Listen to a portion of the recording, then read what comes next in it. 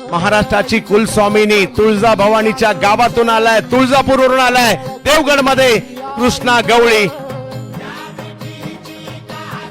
Full toss आल्या आल्या कृष्णाला फुलटॉस केलाय आणि कृष्णाने पहिलाच बॉल रिव्हर्स करण्याचा प्रयत्न यशस्वी झालाय आणि बॉल सीमारेषेच्या पलीकडे गेलाय. चांगला स्ट्रोक खेळ